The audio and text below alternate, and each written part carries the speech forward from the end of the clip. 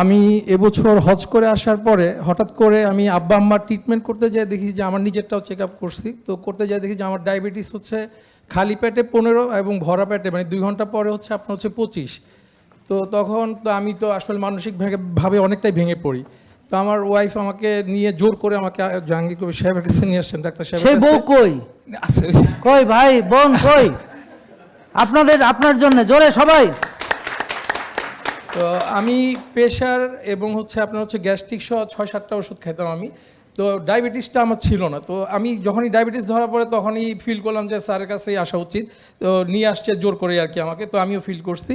তো গত মাসে আমি ঠিক এক মাস আগে আমি দেখাইছি। ওই সময় আমার তো রিপোর্ট তো স্যারের সামনেই আছে। আমার এখন মোটামুটি হোমায়ার ছিল হচ্ছে 12, এটা হচ্ছে 1.7 এটা সম্ভব হয়েছে ঠিক আছে বোনের কারণে, কারণ ডাইন্দা দিছে সে, ও যে নষ্ট খাইবো সুযোগই ছিল না, সুযোগের অভাবে সৎ। এবং একেবারে পারফেক্টলি যেটা করার দরকার ছিল আমাকে সেভাবে টেক কেয়ার করতে বলেই আজকে আসলে ওজনও প্রায় 9 কেজি, আমি এক মাসে 9 কেজি ওয়েট লস করছি আমার। এবং আপনার চেহারাও আগে কেমন ছিল আমি জানি না, তবে এখানে কালো দাগ চলে যাচ্ছে মনে হচ্ছে। আগে কি বোন ঠিক আছে না?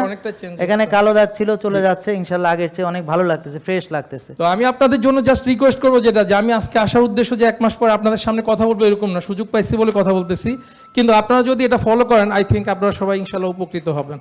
এটা আমি নিজেই রিকোয়েস্ট করবো, কারণ আমারও অনেক প্রবলেম ছিল, গ্যাস্ট্রিক সহ আমার হাত পা ব্যথা সহ সব কিছুই ছিল, কিন্তু এখন আমি আসলে খুবই কমফোর্টেবল ফিল করতেছি এখানে এসে। এবং ওনার একটা হিস্ট্রিটা একটু আপনারা শোনেন, যে ওনার এই যে সুগার খালি পেটে ছিল 6, বড় পেটে ছিল 9 আমাদের যখন শুরু করে প্রথম দিন।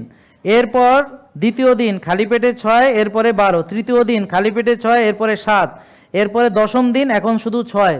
না আমি এখন হচ্ছে যেটা গত 15 দিন ধরে রিপোর্ট লিখি নাই, কারণ হচ্ছে আমার সব সময় খালি পেটেও পাচ্ছের নিচে, ভরা পেটেও পাচ্ছের নিচে।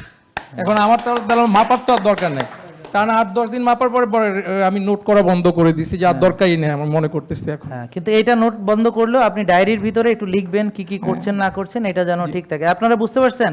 তো এই জন্যে উনি মানছে, দেখেন মাত্র 1 মাসে 45 থেকে 7-এ চলে আসছে, তাহলে মানলে কি সম্ভব দেখেন এইটা।